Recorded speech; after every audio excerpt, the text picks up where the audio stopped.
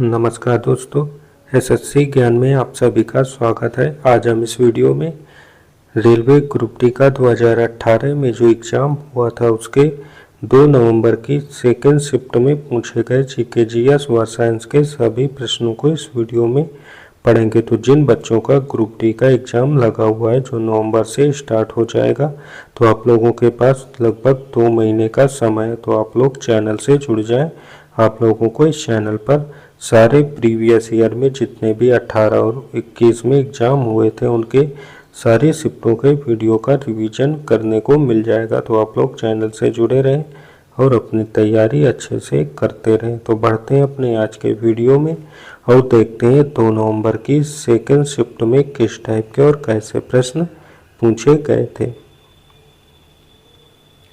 पहला प्रश्न जो है रीजनिंग का पूछा गया है, क्योंकि मैथ, रीजनिंग, जीके, जीएस ये सारे प्रश्न रेलवे द्वारा मिक्सअप में पूछे जाते हैं।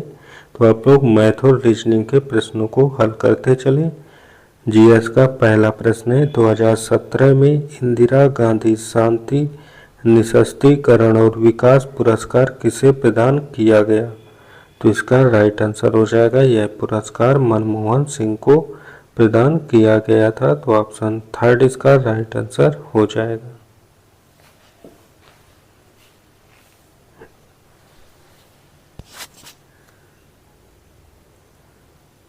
अगला प्रश्न है प्राचीन संस्कृत व्याकरण पुस्तक अष्टाध्यायी के लेखक कौन है। तो इसका आंसर हो जाएगा अष्टाध्यायी पुस्तक के लेखक पाणिनि थे। तो ऑप्शन 1 इसका राइट आंसर होगा।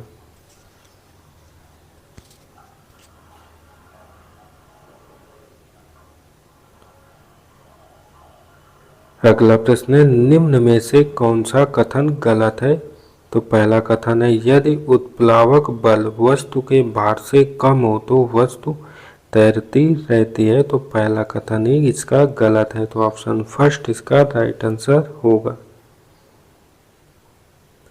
अगला प्रश्न था वर्ष 2016 में release film the man who knew infinity किस प्रसिद्ध व्यक्तित्व की जीवनी पर आधारित है। तो आंसर हो जाएगा यह श्रीनिवास रामानुजम की जीवनी पर आधारित पुस्तक है। तो ऑप्शन 1 इसका राइट आंसर होगा।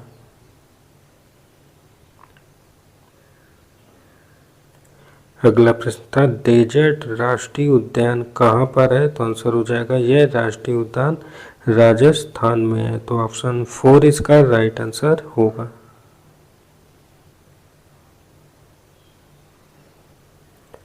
अगला प्रश्न है साइंस का आधुनिक आवर्त सारणी के पहले और 7वें समूह में निम्न में से कौन सा गुण परमाणु क्रमांक में वृद्धि के साथ बढ़ता है। तो आंसर हो जाएगा परमाणु आकार। तो ऑप्शन 1 इसका राइट आंसर हो जाएगा। परमाणु आकार जो है परमाणु क्रमांक में वृद्धि के साथ बढ़ता जाता है पहले और 7वें समूह में।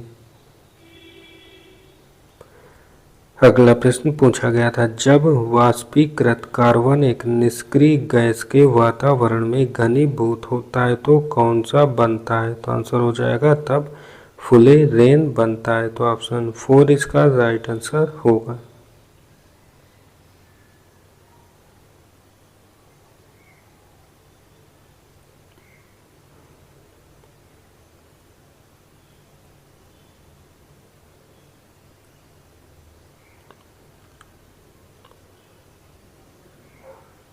अगला प्रश्न था साइंस का एक हाइड्रो इलेक्ट्रिक पावर स्टेशन पर बहने वाला पानी टरबाइन घुमा सकता है क्योंकि इसमें निहित होती है। तो आंसर हो जाएगा इसमें गतिज ऊर्जा निहित होती है जिस कारण से टरबाइन घूमता है। तो ऑप्शन 2 इसका राइट आंसर होगा।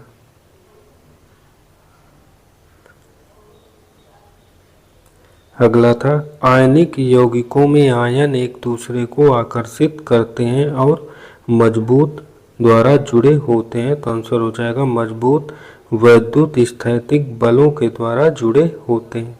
तो ऑप्शन 1 इसका राइट आंसर होगा। अगला प्रश्न था विश्व प्रेस स्वतंत्रता दिवस कब मनाया जाता है। तो इसका आंसर होगा प्रेस स्वतंत्रता दिवस 3 मई को मनाते हैं। तो ऑप्शन थर्ड इसका राइट आंसर होगा।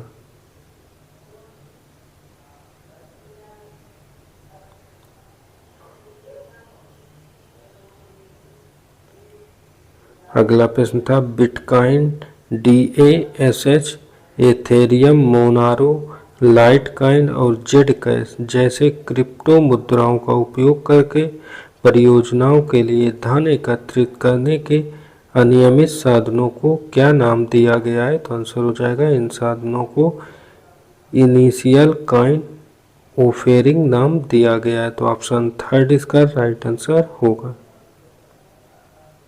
अगला प्रश्न कौन सी गैस उस समय अपनी मुक्त अवस्था में मौजूद नहीं थी जब पृथ्वी पर जीवन उत्पन्न हुआ? तो आंसर हो जाएगा ऑक्सीजन गैस। तो ऑप्शन फर्स्ट इसका राइट आंसर होगा।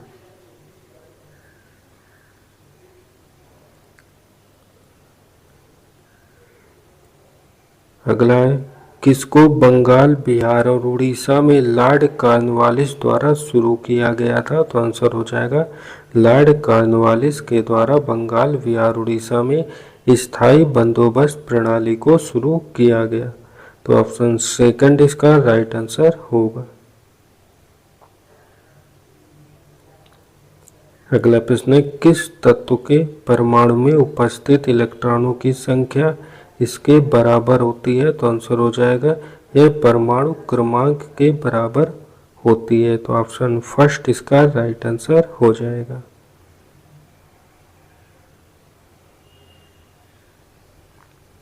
अगला प्रश्न था न्यायमूर्ति जगदीश सिंह खेयर को जनवरी 2017 में भारत के किस नंबर के मुख्य न्यायाधीश के रूप में नियुक्त किया गया था? तो आंसर हो जाएगा इन्हें 44वें मुख्य न्यायाधीश के रूप में 2017 में नियुक्त किया गया। तो ऑप्शन फोर इसका राइट आंसर होगा।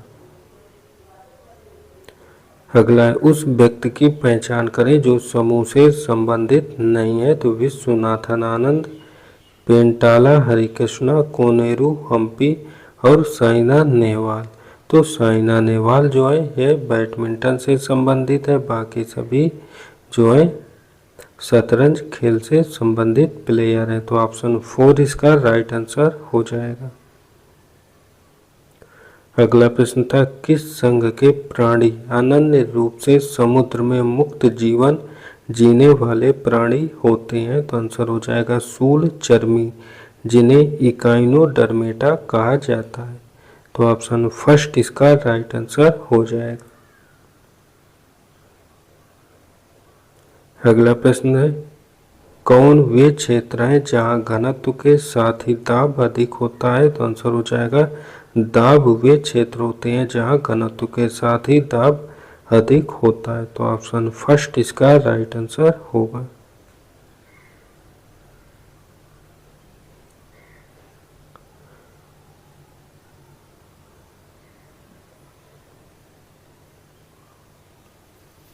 अगला प्रश्न एक व्यक्ति हर 5 घंटे में धारा के विपरीत 4 किलोमीटर और धारा की दिशा में 16 किलोमीटर तैरता है। यह मैथ का प्रश्न है, बोटन नाव का। अगला भी रीजनिंग का प्रश्न है, तो आप लोग इन प्रश्नों को हल करते चलें।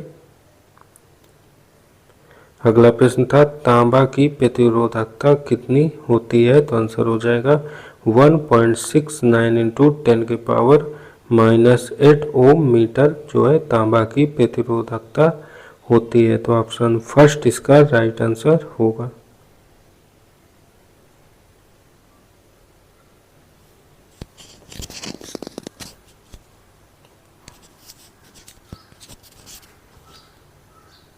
अगला प्रश्न था उत्तराखंड में कितने राष्ट्रीय उद्यान है? तो आंसर हो जाएगा उत्तराखंड में 6 राष्ट्रीय उद्यान है। तो ऑप्शन सेकंड इसका राइट आंसर हो जाएगा।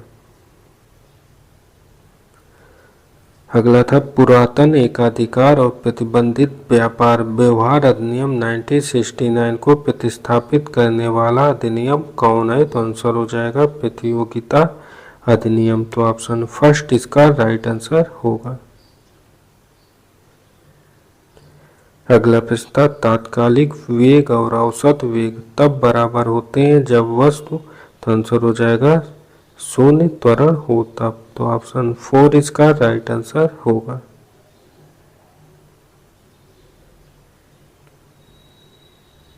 अगला था, नए 500 के बैंक नोट का आकार क्या होता है, तो आंसर हो जाएगा नए 500 बैंक के नोट का आकार 66 मिलीमीटर इंटू 150 मिलीमीटर। तो ऑप्शन फर्स्ट इसका राइट आंसर हो जाएगा। अगला था, श्री शिव छत्रपति स्पोर्ट्स कॉम्प्लेक्स जिसे बालेवाड़ी स्टेडियम कहा जाता है कहाँ पर स्थित है, तो आंसर हो जाएगा यह स्टेडियम पुणे में स्थित है, जो कि महाराष्ट्र राज्य का एक शहर है पुणे। तो ऑप्शन सेकंड इसका राइट आंसर हो जाएगा। अगला था, एशियाई खेलों को दिल्ली में पहली बार किस वर्ष आयोजित किया गया, तो आंसर हो जाएगा दिल्ली में एशियाई खेलों का पहली बार आयोजन 1951 में हुआ था। तो ऑप्शन 4 इसका राइट आंसर हो जाएगा। अगला था, क्लोर एल्कली प्रक्रिया में कौन से उत्पाद निर्मित होते हैं, तो आंसर हो जाएगा इसमें क्लोरीन और सोडियम हाइड्रोक्साइड होते हैं। तो ऑप्शन 4 इसका राइट आंसर होगा। अगला था, किस तत्व में सबसे कम आयनीकरण ऊर्जा होती है, तो आंसर हो जाएगा फ्रेंशियम में सबसे कम आयनीकरण ऊर्जा होती है। तो ऑप्शन 4 इसका राइट आंसर हो जाएगा। आप लोग देख रहे होंगे साइंस के काफ़ी ज़्यादा प्रश्न पूछे जाते हैं ग्रुप डी एग्जाम में, तो आप लोग ऐसे ही रिवीजन करते रहें अच्छे से। और वीडियो पसंद आ रहा हो तो वीडियो को लाइक और नए हैं तो चैनल को सब्सक्राइब जरूर करें। अगला था, मेंडल ने मटर के पौधे को चुना क्योंकि, तो आंसर हो जाएगा उनमें विषम दिखने वाले गुण थे, इस कारण मेंडल ने मटर के पौधे को चुना था। तो ऑप्शन 3 इसका राइट आंसर होगा।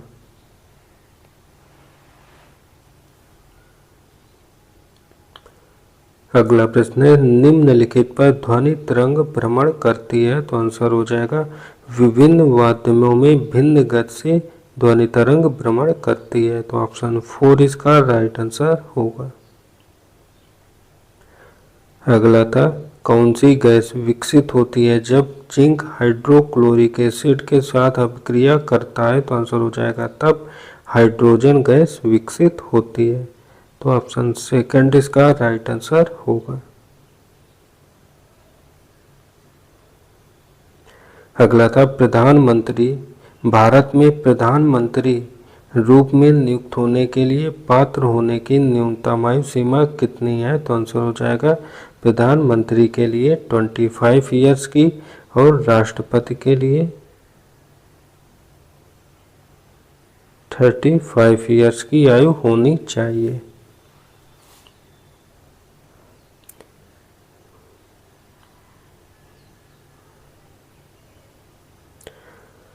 अगला प्रश्न है, निम्न में से संयोजी ऊतक कौन सा नहीं है, तो अस्थि, तंत्रिका कोशिका, रक्त और उपास्थि में तंत्रिक कोशिका जो है संयोजी ऊतक नहीं है। तो ऑप्शन सेकंड इसका राइट आंसर होगा। अगला था, आपातकालीन या आपदाओं के मामले में भारत सरकार द्वारा कौन सी निधि का उपयोग किया जा सकता है, तो आंसर हो जाएगा आकस्मिक निधि का। तो ऑप्शन फर्स्ट इसका राइट आंसर होगा। अगला है, कौन टेनिस चैंपियन सानिया मिर्जा की आत्मकथा है, तो आंसर हो जाएगा ये अगेंस्ट आर्ट्स। तो ऑप्शन सेकंड इसका राइट आंसर हो जाएगा। अगला प्रश्न था, हृद चक्र क्या है, तो आंसर हो जाएगा हृदय के संकुचन और शिथिलीकरण का एक चक्र होता है। तो ऑप्शन थर्ड इसका राइट आंसर होगा।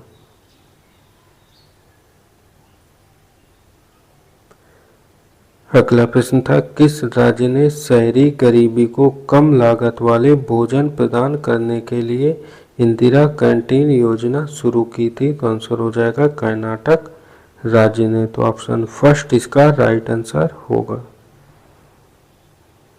अगला है किसकी SI इकाई जूल या सेकंड होती है, तो आंसर हो जाएगा शक्ति की जो SI इकाई होती है जूल प्रति सेकंड होती है, तो ऑप्शन सेकंड इसका राइट आंसर होगा।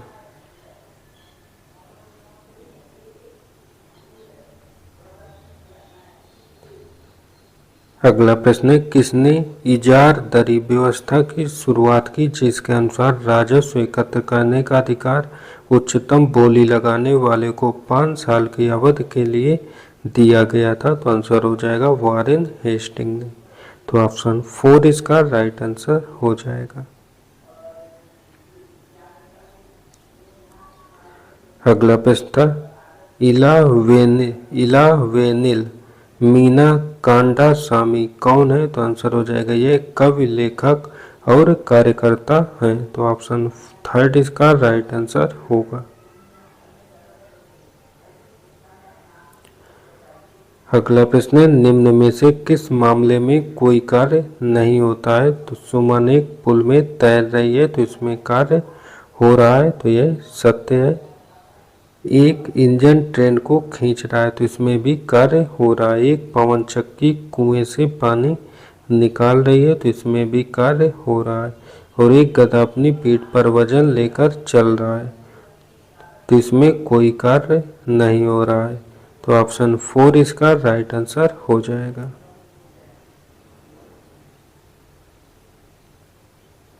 अगला था उस तापमान को क्या कहते हैं जिस पर वायुमंडलीय दाब पर द्रव उबलना शुरू कर देता है, तो आंसर हो जाएगा इसे क्वथनांक कहते हैं, क्योंकि क्वथनांक में द्रव उबलने लगता है जब वायुमंडलीय दाब पर पहुंचता है, तो ऑप्शन 3 इसका राइट आंसर होगा।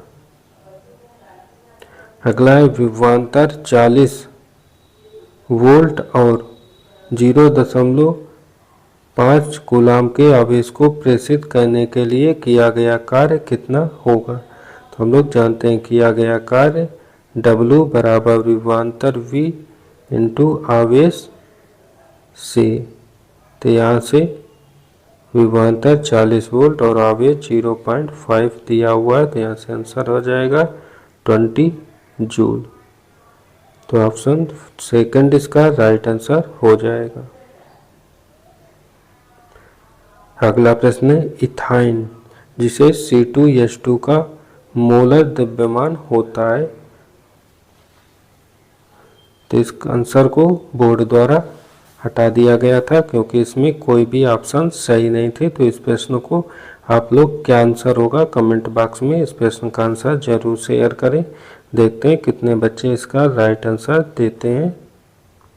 अगला था फरवरी 2018 में केंद्रीय मंत्री उमा भारती ने ग्रामीण राजस्थान में सतत पेयजल आपूर्ति के लिए कौन सा कार्यक्रम शुरू किया था, तो आंसर हो जाएगा स्वजल योजना को केंद्रीय मंत्री उमा भारती ने शुरू किया था, तो ऑप्शन 4 इसका राइट आंसर होगा।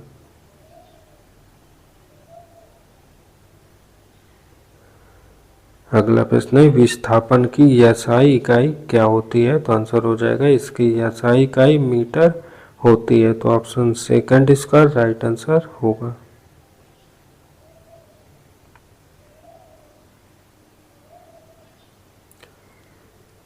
तो ये थे आज की शिफ्ट में पूछे गए GK GS व साइंस के सभी प्रश्न।